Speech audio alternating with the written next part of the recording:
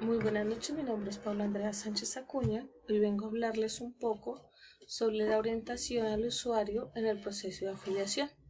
Este trabajo va dirigido a la instructora Maribel Muñoz Peña.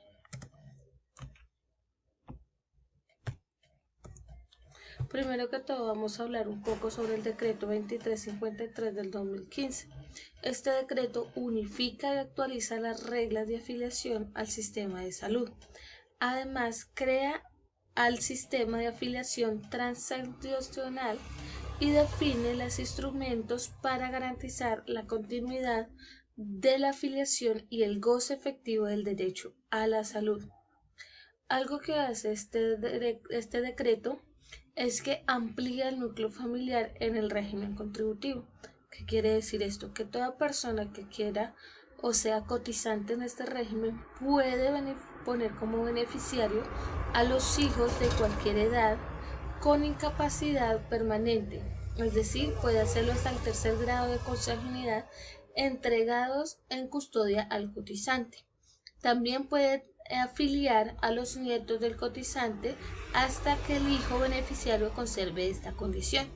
También puede afiliar a todos los hijos menores de 25 años quienes dependan económicamente de sus padres, incluso a los menores de 18 años entregados en custodia al cotizante. Además, este decreto garantiza el acceso inmediato a los servicios de salud. También tiene como objetivo agrupar, unificar y actualizar reglas de afiliación al sistema general de seguridad en la salud y hacer más ágiles y efectivos los trámites a través del sistema de afiliación transaccional. Esto garantiza que todas las personas tengan el derecho fundamental a una excelente salud. Con este nuevo sistema de afiliación transaccional, el núcleo familiar se puede ampliar. Incluso, este sistema unificado de la información que reduce trámites en la salud. Para todas las personas que desean pertenecer hacer alguna afiliación a los regímenes, debemos tener en cuenta que existen tres tipos de régimen. Está el régimen contributivo, régimen subsidiado y régimen especial.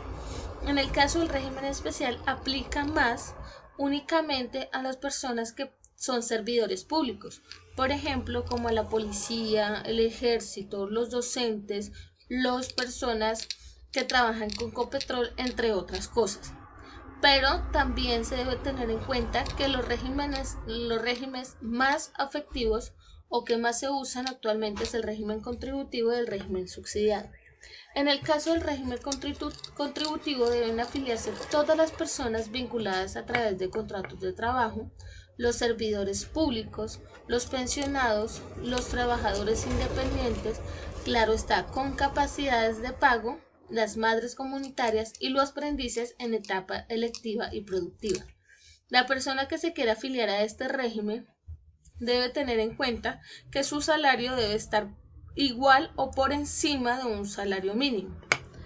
También se debe tener en cuenta los aportes para este régimen.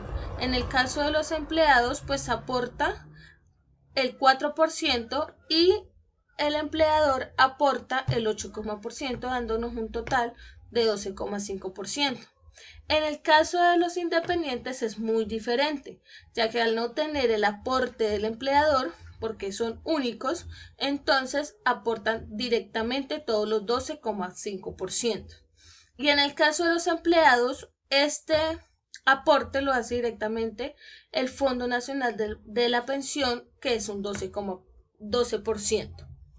En el régimen, la persona que vaya a registrarse o afiliarse al régimen subsidiado, este régimen es más para la población más pobre del país, es decir, los que no tienen la capacidad de pago, teniendo acceso a los servicios de salud a través de un subsidio que ofrece el gobierno o el Estado. Esto quiere decir que, por ejemplo, las personas que son desplazadas o las personas o los niños que han tenido problemas intrafamiliares pueden ser beneficiarios de este régimen. También deben tener en cuenta que al llegar a una EPS determinada, sea contributiva o sea subsidiado a la afiliación, debes diligenciar el formulario de afiliación. Este formulario está regido por la resolución 974 del 2016, la cual aplica a todas las EPS sin excepción alguna, ya que ellas las tienen que manejar. En este formulario aparecen datos fundamentales, por ejemplo, como la fecha de erradicación, la cual la da la EPS, y el día de la erradicación. También viene los tipos o los trámites de afiliación. Este formulario también se usa para la renovación de novedades, pero como se va a hacer es una afiliación, se apunta únicamente en el recuadro de afiliación. Algo que también se debe tener en cuenta es que hay dos tipos de afiliación, el colectivo y el institucional. En el caso de estos dos tipos se aplica a la comodidad o a la situación que esté la persona para hacer este trámite. Incluso se puede encontrar datos fundamentales como la persona que va a quedar encargada del ser el cotizante y luego las personas que van a ser los beneficiarios. En el caso de los cotizantes que estén por medio de empresa, deben colocar en las casillas principales sobre la administración de riesgo laboral, o es decir, la ARL, la cual pertenece. También tiene que colocar la administración de pensiones a la cual está afiliado y su ingreso base de cotización, entre otras cosas. También debe colocar el valor de la UPS, es decir, la afiliación adicional o ingresos a los que se van a hacer la cotización. También tienen que tener en cuenta que la IPS primaria son las que la EPS asigna para que le preste un buen servicio a cada una de las personas. Esto se les tiene que informar a la persona que vaya a la EPS a hacer la afiliación. También en el caso de los que van directamente con empresa, tienen que colocar la dirección, el IDIN de la empresa. También tienen que colocar los datos básicos para que la EPS pueda tener acceso a su contribución o a su cotización y de esta manera prestar un excelente servicio. También tienen que tener en cuenta que al llenar este formulario, la parte de atrás de él hace informe a la declaración y autorizaciones. ¿Esto qué quiere decir? Que se le explica a la persona que admite o accede a que la EPS tome sus datos bases y los utilice en caso de alguna necesidad, es decir, que sean visibles ante la entidad.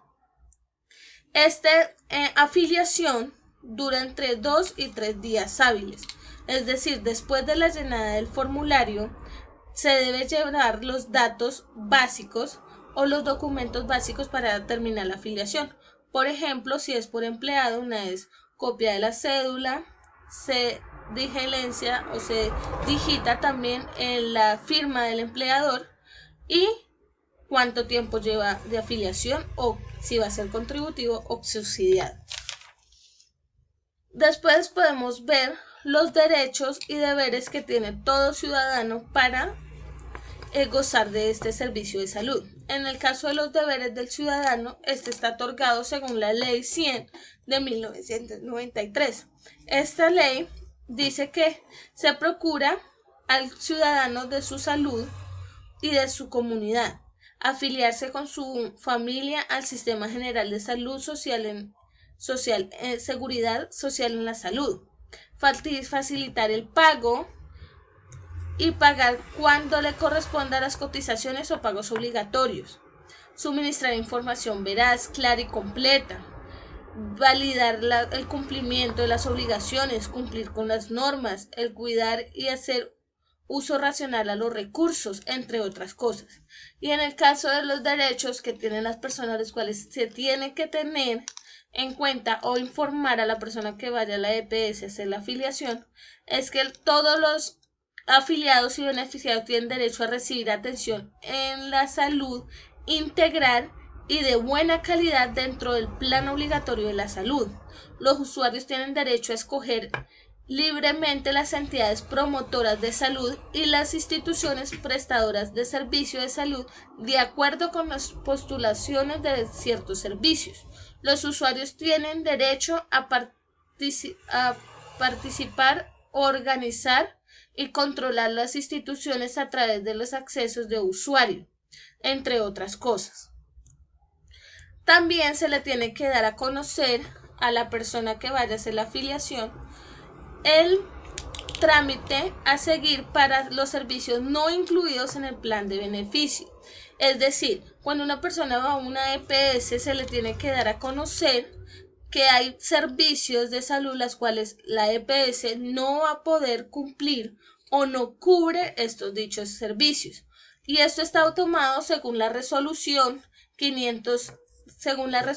número 5395 del 2013, en el artículo 10, donde dice procedimientos para la aprobación y desaprobación de la tecnología en la salud no POS.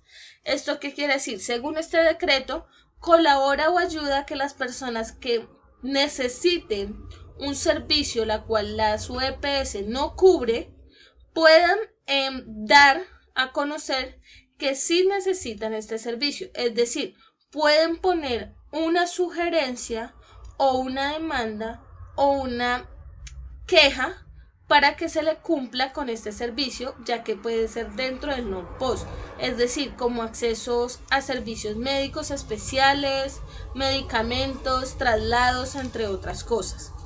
Y esto ayuda también a que la gente pueda obtener estos servicios, claro está, siendo siempre legal y cumpliendo con lo que dice el artículo. También debemos tener en cuenta que para hacer la afiliación se le tiene que indicar a la persona la dirección a la persona sin aseguramiento. ¿Esto qué quiere decir? Sobre la portabilidad y la movilidad. ¿Qué quiere decir eso de la portabilidad y la movilidad? Teniendo en cuenta que en el caso de la portabilidad, según el artículo 22, la ley 1438 de 2011, todas las entidades promotoras de salud deben garantizar el acceso a los servicios de salud en todo el territorio nacional, sin importar dónde se encuentre el afiliado. ¿Esto qué quiere decir?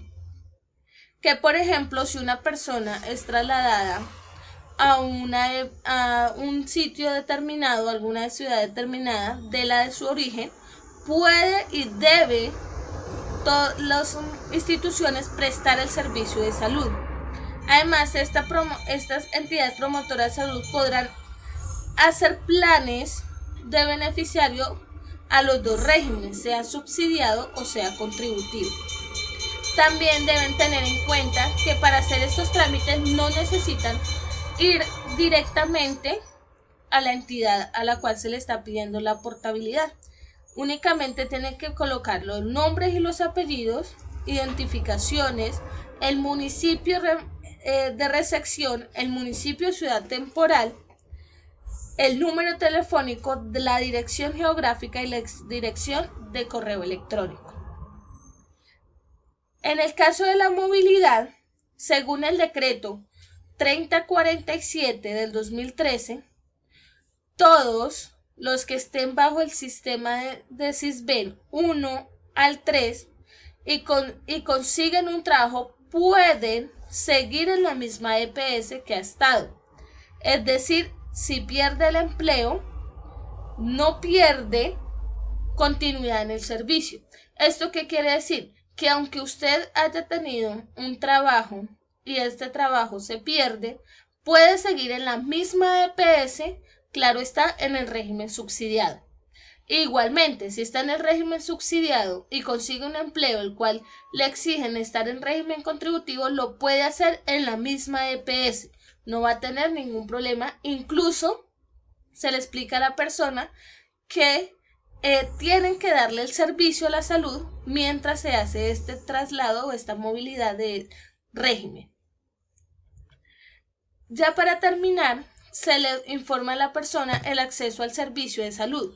¿Qué quiere decir esto? A los cuales la persona tiene como beneficiario estos servicios, por ejemplo, laboratorios, controles, manejo de oftalmólogos, todos los servicios que presta esta unidad.